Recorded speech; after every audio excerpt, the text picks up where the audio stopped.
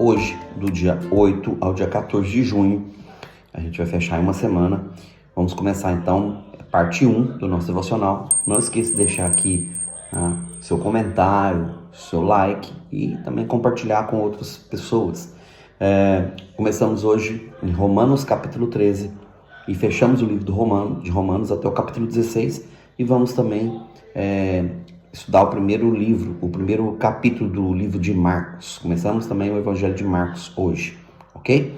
Então vamos compartilhar Romanos capítulo 13. Romanos 13, Paulo fala sobre o respeito às autoridades, como é de extrema importância o respeito às autoridades. E também todas as coisas, sempre voltando essa palavra com amor ao próximo. Não só com relação à autoridade em si, que toda autoridade deve ser honrada, respeitada, mas também sobre honrar e respeitar o próximo, né, o nosso irmão, como sendo a parte mais frágil. E ele termina lembrando então em não praticar as obras da carne, amém? Não praticar as obras da carne. Ele termina aqui falando sobre isso. Romanos capítulo 14, Paulo fala sobre o relacionamento em detrimento das comidas, o que é mais importante, na vida cristã. É que uns fazem separação entre comida e comida, entre carne e verdura ou legumes, e também entre um dia ou outro dia da semana. Trabalha um dia ou não trabalha em outro. Paulo fala que tudo isso é válido, mas tudo isso provém de fé. Ou seja, não achemos nisso motivo de escândalo ou de discórdia entre os irmãos. Então, Paulo continua aqui o que ele começa a falar em Romanos 13, sobre o cuidado, com amor ao próximo, mas ele estende isso, na questão da alimentação. E ele fala uma parte interessante aqui, porque o reino de Deus não é comida nem bebida, mas justiça, paz e alegria no Espírito Santo. E é interessante isso, E ele conclui, Romanos 14, falando isso: tudo o que vocês vão fazer, seja comer, seja beber, guardar um dia de festa ou não, tudo isso façam por fé, porque o que não provém de fé é que é o verdadeiro pecado. Ou seja, o que você não faz com convicção, com confiança no Senhor, isso é sim pecado. Entramos então em Romanos capítulo 15. Paulo continua falando sobre suportar os mais fracos. Ele aqui, tanto o capítulo 13, o 14 e o 15 de Romanos, está falando sobre relacionamentos interpessoais com os irmãos. E Paulo fala então, entra aqui sobre a nossa capacidade no Senhor de ser o suporte, Suportar não é aguentar, as coisas que outras pessoas fazem conosco, não. A parte aqui que Paulo fala suportar é você ser a base, o alicerce, o suporte para irmãos, que são mais fracos na fé, você ser o suporte deles, em tempo oportuno, obviamente, E manter sempre um bom relacionamento entre os irmãos ou com os irmãos. Também ele fala aqui no capítulo 15, em Cristo, a esperança dos gentios, que os gentios esperarão nele. Cristo é a verdadeira esperança dos gentios, porque antes nós não tínhamos esperança. E Paulo diz também que, aqui nesse capítulo 15, que ele precisava, duas vezes, ele menciona, ele estando em Roma, por isso que a carta aos Romanos, ele menciona que ele teria que ir à Espanha e pregar a Espanha. Por duas vezes ele diz a necessidade de ir até a Espanha pregar o Evangelho na Espanha. E então entramos no capítulo 16 de Romanos. Paulo traz fortes recomendações aos líderes da igreja em Roma, ali para os irmãos que estão em Roma. E faz saudações a vários irmãos também ali em Roma. Ele saúda, vários irmãos, e tem uns nomes até interessantes, as gêmeas Trifena e Trifosa, e uns nomes interessantes ali que você vai encontrar. Paulo exorta também aqui no capítulo 16, a se afastar, ou afastar-se daqueles que promovem dissensões, ou seja, pessoas maledicentes que promovem, discórdia, dissensões e maledicência no meio da igreja, e também, através disso, promovem escândalos, para com a doutrina de Cristo. Então, se afastar-se dos irmãos que promovem, que trabalham com maledicência. Isso é bem bíblico, porque Provérbios fala sobre isso, 6 coisas Deus odeia, mas a 7ª Deus abomina, aquele que semeia dissensões, ou seja, semeia contenda entre os irmãos. Então começamos agora no Evangelho de Marcos, capítulo 1, e é interessante porque cada evangelho que a gente vai entrar tem uma característica, é escrito, né, mostrando uma face espiritual do nosso Senhor Jesus Cristo, nosso Messias, Salvador e Yeshua HaMashiach.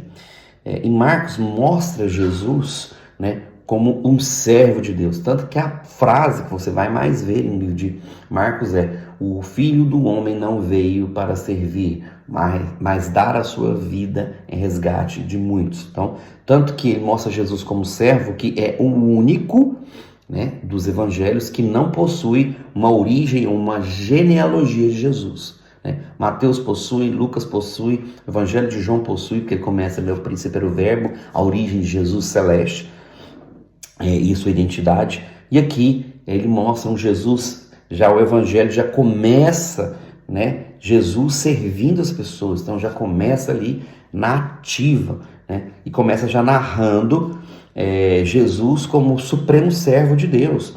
E aqui já começa narrando Jesus escolhendo os seus discípulos e começando a pregar o evangelho, e começando a curar, a expulsar demônios, né? Mostra aqui já Jesus curando o leproso, que pergunta para ele, né, Senhor, se quiser pode me purificar. Jesus fala: quero, seja limpo.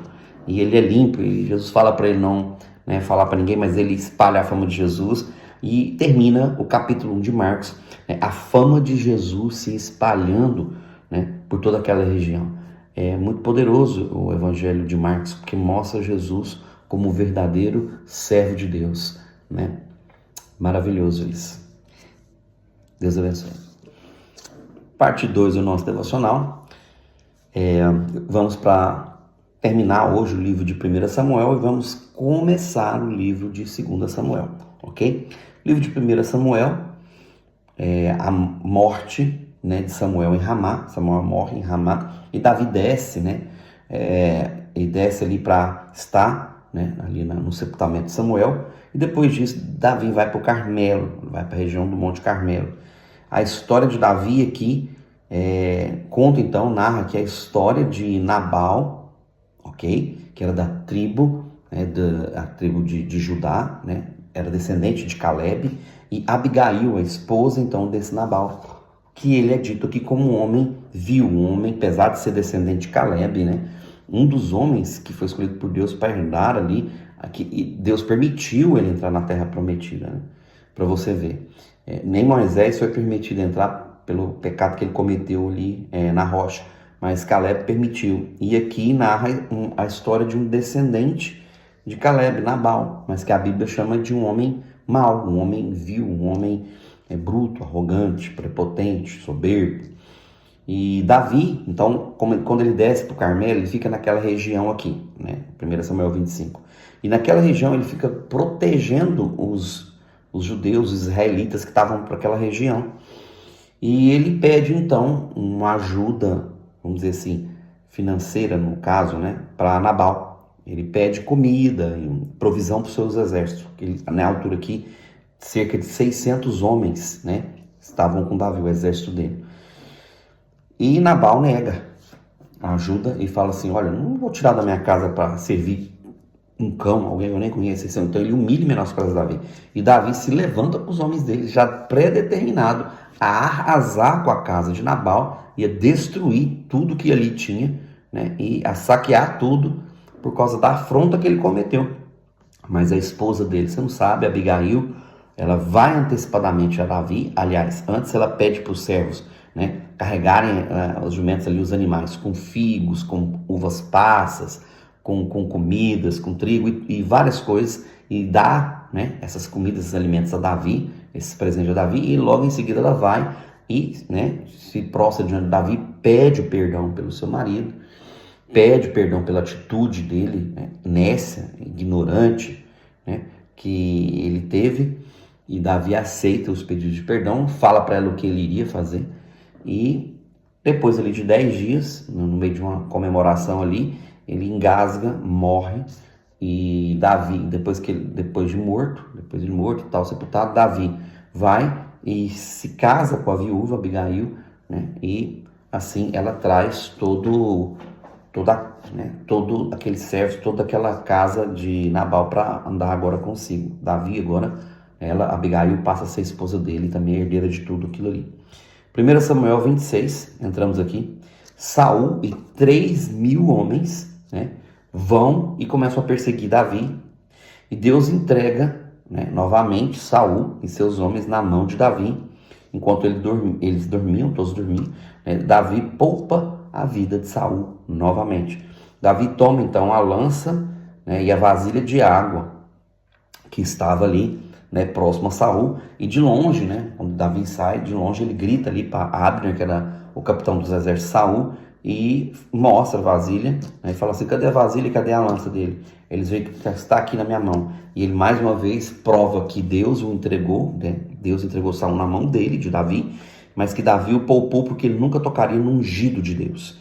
E Davi mostra a misericórdia, a clemência e o temor que ele tinha de Deus. E Saul, então, mais uma vez, se arrepende, né? E se afasta de perseguir Davi.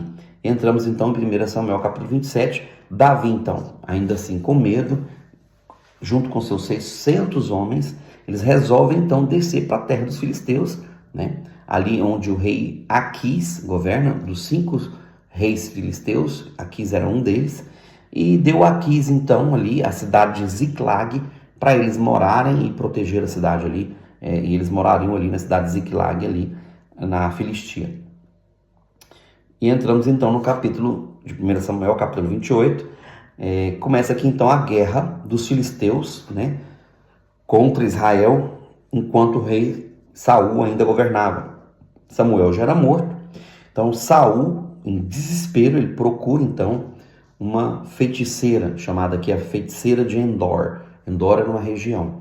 E ele desce para lá, né, se disfarça, mas mesmo assim ele não consegue passar, né, batido por ela. Ela fala: você é o rei Saul e eu fui proibida de, né, consultar espíritos.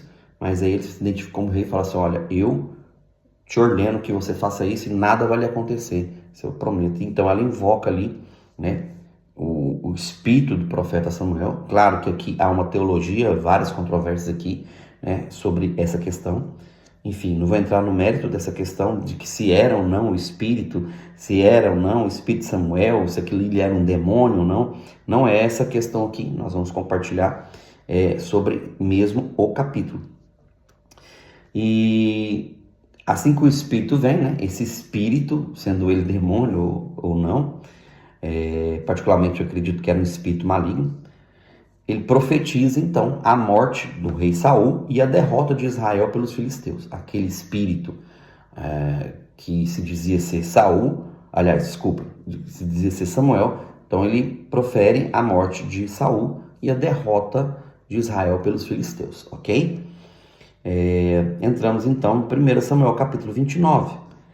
A guerra entre os filisteus e Israel, propriamente. Então os príncipes filisteus, né, se reúnem aqui para descer a guerra, mas proíbem Davi de subir, porque Davi estava ali, né, guerreando ali nas regiões, protegendo as terras dos filisteus, porque ele estava ali, né, fugido de Saul. Então ele estava morando em Ziclag, na terra dos filisteus.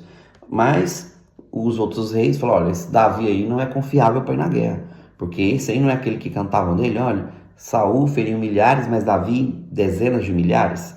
Então, de repente ele pode se voltar contra nós no meio da guerra e nos entregar na mão de Saul. Então não queremos Davi vá. Então o rei Aquis, por mais que confiava em Davi, pediu para ele ficar, porque os outros reis, os outros príncipes filisteus não concordavam com a ida dele à guerra. E Davi então fica em volta, né, retorna para a terra dos filisteus, para a cidade de Ziclag, onde ele ficava. E aí entramos em 1 Samuel capítulo 30, né? É esse retorno de Davi para Ziclag, que acontece algo aqui surreal. Quando Davi chega na terra dele, ali na terra onde ele morava, onde ficou a família dele, de todos os guerreiros, os amalequitas haviam invadido Ziclag e haviam levado as mulheres, os bois, as ovelhas, as crianças, levado tudo, né, como despojo de guerra, e levado como prisioneiros para servirem como escravos. Então Davi chega e eles começam todos a chorar. Davi chora, os homens choram, choram até perder suas forças. E os homens de Davi, alguns deles se revoltam contra Davi. Aí pensa na situação, né? Davi ali vindo, que era para ter ido à guerra e não foi. Quando eles retornam, havia tido uma pequena guerra ali, onde eles moravam. E Davi se vê numa situação onde os soldados deles levantam contra ele, porque, olha, nós estamos agora sem família, né? Por culpa sua, agora todos os nossos filhos e mulheres e nossos patrimônios foram levados. E Davi então pede, né, para trazer o éfode, que era o que o sacerdote punha no peitoral, para consultar o Senhor. Então ele consulta a Deus, pergunta: Senhor, é para perseguir os amalequitas ou não? E Deus manda que Davi vá, que ele iria entregar os inimigos nas mãos de Davi. E Davi então vai, mas vai com 400 homens, 200 homens, por tão cansados que estavam, não tinham mais forças para ir, então eles ficam ali. E no meio do caminho, eles encontram um egípcio que estava quase à beira da morte, dão água e alimento para o egípcio, ele recupera a força e eles falam: onde estão os amalequitas? Porque eles estavam na caravana com eles. Olha, eu fui deixado aqui para trás, me abandonaram para morrer, mas eu sei onde eles estão e para onde eles vão. E ele guia então os homens de Davi, os 400 homens, até onde estavam os amalequitas. Eles travam a batalha, Davi ganha essa batalha, mata os amalequitas, derrota todos eles e pega não só de volta seus filhos, suas esposas, mas também os patrimônios e outros despojos de guerra. Outros despojos, como ouro e muitas coisas preciosas, e leva para a cidade de Ziclag. Chegando lá, os outros 200 homens que lá estavam, que não foram à guerra, há uma demanda entre eles, né, que alguns homens que foram com Davi falaram: não, vocês não foram, vocês não têm direito a despojo de guerra. Mas Davi se levanta como um líder sábio e diz: não, nossos irmãos não foram, mas eles são tão merecedores quanto aqueles que foram, e nós vamos repartir exatamente igual o despojo para todos os meus irmãos. E assim Davi procede de uma forma, né, sábia ali com todos. E entramos então em 1 Samuel, capítulo 31, fechando o livro de 1 Samuel. A vitória dos filisteus, né, na guerra contra Israel, e eles então ganham a guerra. Saul e Jonatas fogem e são perseguidos pelos exércitos filisteus. Aí eles chegam num determinado lugar que eles não conseguem mais fugir, e ele pede para os seus pajens de guerra, fala: olha, lance-se sobre nós e nos matem. E eles falam: não, nós não vamos fazer isso. Então eles se lançam sobre as próprias espadas. Primeiro Saul, e depois Jonatas, vendo seu pai morto, faz a mesma coisa. E eles não morrem pelas mãos dos filisteus, né? Eles se matam, e os corpos deles são encontrados e são levados pelos filisteus e colocados em um muro, expostos ali como um despojo de guerra, né? E posteriormente são resgatados pelos homens de Jabes e de Gileade, que vão lá e pedem por clemência e trazem de volta os corpos deles para sepultarem. E entramos então no livro de 2 Samuel, capítulo 1, né, que é a continuidade do livro de 1 Samuel. Davi recebe a notícia da morte de Saul pela boca de uma amalequita, que vai lá contar a derrota de Saul e traz isso como um ato de misericórdia, e ele diz que ele que se lançou sobre... Ele conta, né, como um ato de misericórdia. Não, Saul estava morrendo, Saul estava morrendo, mas Jonas, então, na beira da sua morte, falou: olha, me mata aqui logo, e eu me lancei sobre eles e matei os dois. E aí Davi falou: olha, você não teve misericórdia de um ungido do Senhor. E por causa disso ele pede um dos soldados dele para se lançar sobre uma amalequita e matar ele, porque ele não deveria tocar no ungido do Senhor. Davi fala isso aqui no texto. E depois ele pede para que todos, né, levanta aí todo Judá, né, para chorar por Saul e por Jonatas, e escreve, né, um cântico sobre eles, ressaltando a sua força e coragem. E entramos no texto de 2 Samuel, capítulo 2. Davi consulta a Deus para onde iria, e Deus confirma que ele deveria ir para Hebrom, assim, logo após a morte de Saul. E Davi sobe e habita ali em Hebrom, e a casa de Judá se levanta e unge Davi rei sobre a tribo de Judá. Então Davi se torna o rei dos judeus, né, da tribo de Judá. E Isbosete, né, é levantado por Abner, que era o general de Saul, que permanece vivo.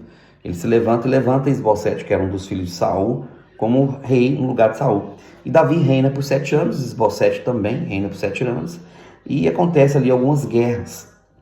Mas Davi sai vitorioso em todas elas, e entramos em 2 Samuel capítulo 3, né, onde houve longas guerras e várias batalhas entre Judá, governada por Davi, e Israel, as outras tribos, governado por Isbosete. Mas Davi saiu vitorioso em todas, e conta que a última batalha, onde os filhos, né, o Davi guerreia, né, contra os exércitos de Israel, e Abner, o capitão, né, que num determinado momento, que conta que Davi ganha as guerras, mas Abner, em um determinado momento, ele se casa com a concubina de Saul e revolta o filho Isbosete. Na revolta dele, ele diz, né, que não iria mais, né, se obedecer a Isbosete como rei, e faz uma aliança com Davi, procura Davi para fazer uma aliança, para levantar Davi como rei. Davi aceita a aliança mediante a uma proposta. Falou: olha, eu paguei prepúcio de 200 filisteus, né, como pagamento no meu dote para casar com Mical, filha de Saul. Eu quero minha esposa de volta, porque quando Saul começa a perseguir Davi, ele dá a Mical de esposa a outro homem. Davi pede ela de volta, e Mical é levada de volta a Davi. E o marido dela atual, né, vai andando e chorando atrás. Mas Abner cumpre a promessa a Davi e fica ali com Davi, sela a aliança, e ele sai. Mas, em determinado momento aqui, Joabe, que estava, né, em campo de batalha, ele volta e percebe que isso havia ocorrido. E o que acontece é que Abner havia matado Azael, irmão de Joabe, que era capitão do exército de Davi, e ele estava com um grande rancor no coração por conta de Abner. Então ele arma uma cilada para Abner e manda chamar ele de volta quando ele tinha saído da presença de Davi. Ele falou: olha, não, Davi mandou te chamar de novo. E ele encontra as escondidas com Abner e crava ali, né, na sua costela a espada, matando Abner. E Davi fica sabendo. Davi chora por Abner, porque ele era um poderoso guerreiro, né, de Israel, um homem honrado e respeitado. E ele lança, né, o sangue da morte de Abner sobre Joabe, e diz que Deus iria, né, cobrar o sangue inocente, porque realmente ele foi atender um chamado ali de Joabe. E ele não matou o irmão de Joabe por premeditação. Se você for ler os textos anteriores, ele pede para Azael parar de persegui-lo. Ele estava perseguindo, e ele foge, fala: para de me perseguir, até que em determinado momento eles travam a batalha e Abner mata em guerra, né, Azael, irmão de Joabe. Mas Joabe prepara uma cilada, ou seja, isso era quebrar a lei, né? A Torá diz que assassinato é um pecado. A morte, não, porque a morte porque um dos mandamentos é não matarás, mas a palavra certa lá é não assassinarás, porque a morte pode vir por um campo de batalha ou acidentalmente, né, sem a intenção de matar. Porém, o assassinato ele é premeditado, foi o que Joabe praticou, ele praticou um assassinato, por isso que Davi lança a responsabilidade do sangue sobre Joabe, que depois lá na frente é cobrado. Amém? Então, concluímos aqui a parte 2 do nosso devocional. Parte 3 do nosso devocional, nós vamos estar compartilhando de Salmo 68 até Salmo 72. Vamos parar o livro de Salmo no capítulo 72, depois nós vamos retornar lá na frente, seguindo o plano de leitura bíblica. E iniciaremos o livro de Daniel, capítulo 1 e capítulo 2 hoje, ok? Um livro bem escatológico, depois eu vou falar sobre isso. Salmo 68, Salmo de Davi, ok? Um salmo de quando Davi se torna rei, o momento histórico aqui é quando Davi se torna rei. E é um cântico de vitória. Desde quando Israel caminhava no deserto, ele traz essas lembranças de como Deus era fiel ali, e Deus os livrava, e os protegia, e os supria, até os dias do rei Davi. Né? Salmo 68 fala sobre essa grande operação de milagre da parte de Deus, protegendo, prosperando e guardando o povo até os tempos de Davi. Então é um cântico de vitória. Salmo 69 entramos aqui, é um salmo de Davi também, né? O que o salmo nos mostra? É um clamor por livramento, pela misericórdia de Deus. Ele expressa, né? Esse salmo expressa grande sofrimento e angústia por conta de perseguições, de muitas perseguições que o rei sofria, e pede vingança contra os seus inimigos. Mas o interessante desse Salmo 69 é o versículo 21. É uma profecia messiânica da morte de Jesus, né, que ele bebe fel e vinagre ali na sua morte. É exatamente o que diz aqui o versículo 21, ok? E Salmo 70, entramos aqui, também um Salmo de Davi, é um Salmo de socorro urgente. É uma boa oração para se fazer em tempo de urgência, de emergência, de um socorro emergente. É algo que é para já, é para agora. Então é um salmo que é um clamor por urgência, por um socorro urgente, e expressa a necessidade urgente de um livramento, de uma cura, de uma visitação da parte de Deus. Esse é o Salmo 70. Salmo 71, Salmo de Davi, também é um salmo de confiança em Deus, onde Davi expressa uma plena confiança em Deus, independente da situação que ele esteja vivendo ou passando, né? E aqui ele diz algo interessante: mesmo estando ele velho, cansado, abatido e sem forças, ainda assim ele confiaria no Senhor, porque ele me livrará e me protegerá, me suprirá em todos os caminhos. Então é uma extrema confiança em Deus, é um salmo de confiança extrema no Senhor Deus. Entramos então em Salmo 72, é atribuído, né, o Salmo a Salomão, olha que interessante, filho de Davi. Porém, no final do Salmo, você vai ver lá que é o último dos Salmos do filho de Jessé, Davi, né? Está ali falando no final. Mas a tradição aponta Salomão sendo o autor desse Salmo. É uma oração, é um cântico, né, falando que o filho do rei, fala sobre o filho do rei, pedindo a Deus sabedoria para um reinado justo, forte, poderoso e próspero na presença do Deus Todo-Poderoso. Ele se identifica aqui, né, como sendo filho do rei no Salmo. Porém, no final, diz lá, filho de Jessé, né? Davi é o último dos cânticos dele, provavelmente talvez narrado por Salomão, ok? Mas a autoria é dada a Salomão. Entramos então num livro e num compartilhar escatológico. Que interessante que o canal é sobre escatologia, e nós vamos começar a compartilhar um dos livros mais escatológicos, que quem estuda o fim dos tempos, ou a escatologia, que é o estudo do fim dos tempos, é de extrema necessidade estudar o livro de Daniel, do profeta Daniel, ok? Considerado um dos profetas maiores. Então, Daniel capítulo 1 começa então narrando a vitória de Nabucodonosor, né? Sobre o povo de Judá, e o início da história de Daniel e dos seus 3 amigos, Daniel, Misael, Azael e Azarias, e que aqui recebem nomes, né?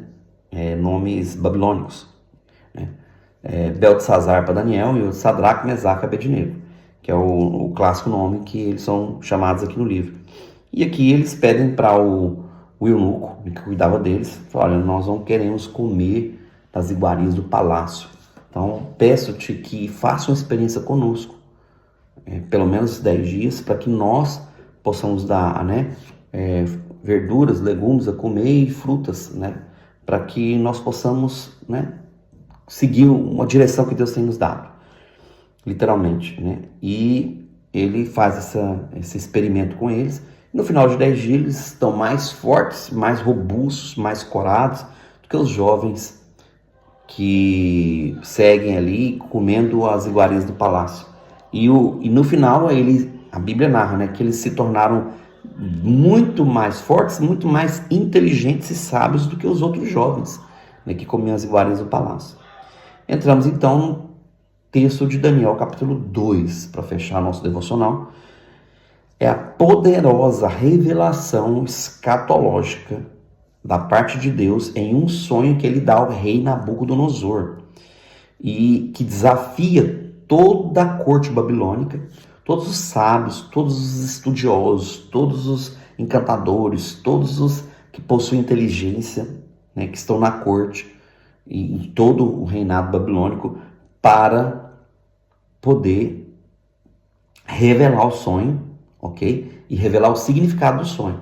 E é aqui que está a grande diferença da revelação de Daniel, quanto ela foi poderosa, com a revelação de José, que você vê lá no Pentateuco, né, na Torá, que José revela o significado dos sonhos, mas Deus deu a Daniel algo sobrenatural, porque era o que o rei Nabucodonosor queria, né? Porque logo no início aqui do capítulo ele fala assim, olha, os sábios pedem, conta-nos o sonho, ó rei, para que nós possamos buscar a sua interpretação. E ele diz, não, eu quero que vocês me revelem o que foi que eu sonhei e os detalhes do que eu sonhei e a revelação do que se trata esse sonho que eu sonhei. Aí o sábio falou, mas é impossível, nem os deuses vão conseguir, né, extrair da sua mente, do seu coração, daquilo que está em você, que foi algo particular, extrair isso e revelar a profundidade. E aí ele manda matar os sábios. Então vai todo mundo morrer. Vai todo mundo morrer, manda matar todo mundo. E quando vão buscar Daniel, né, para executar o edito do rei, porque ele editou a morte de todos, mandou, né, um decreto lá para matar todo mundo. Daniel, quando ele vai ser chamado para ser morto, ele fala, mas por que você é morto? Não, porque o rei teve um sonho, ninguém teve a capacidade de revelar o sonho e a sua interpretação. Ele falou, me coloca na presença do rei, né? Ele coloca ele lá na presença do rei, Daniel, e fala, olha, me dê uma noite e eu vou trazer a revelação do sonho e do seu significado. Então, Daniel vai e passa uma noite em oração e clamor. E ele, então, é visitado por Deus, né, mediante ali o sonho. E Deus dá o mesmo sonho para Daniel e a sua interpretação. E Daniel, então, diante do rei, relata o sonho que o rei teve com detalhes, né, cabeça de ouro, que era o reinado dele mesmo, Nabucodonosor, né, o tronco, né, de prata, os braços, o ventre ali de bronze, as pernas de ferro e os pés, parte de ferro, parte de barro. E ele vem narrando que aqueles são reinos que vão se levantar. E depois um outro reino, sem auxílio, né, de mãos humanas, iria se levantar, um reino mais poderoso, que claro, ali é o reino messiânico, é o reino de Jesus, que ninguém poderia derrotar esse reino no futuro. Então ele vem trazendo a revelação do sonho, isso é que é o poderoso, ele revela o sonho, o que o rei sonhou e a interpretação desse sonho. Maravilhoso a revelação aqui de Daniel, né? Quão profundo foi da parte de Deus. E ele então, nós fechamos aqui então o capítulo 2 de Daniel, e no final Deus honrando Daniel aqui no capítulo 2 e tocando no coração do rei Nabucodonosor, e Daniel ascende, né, ao cargo mais alto ali dentro do reinado de Nabucodonosor, e que enche ele de presentes, e também alça os amigos dele a líderes também dentro do império dele, ok? Terminamos aqui então o nosso compartilhar. Deus abençoe a sua vida. Amém?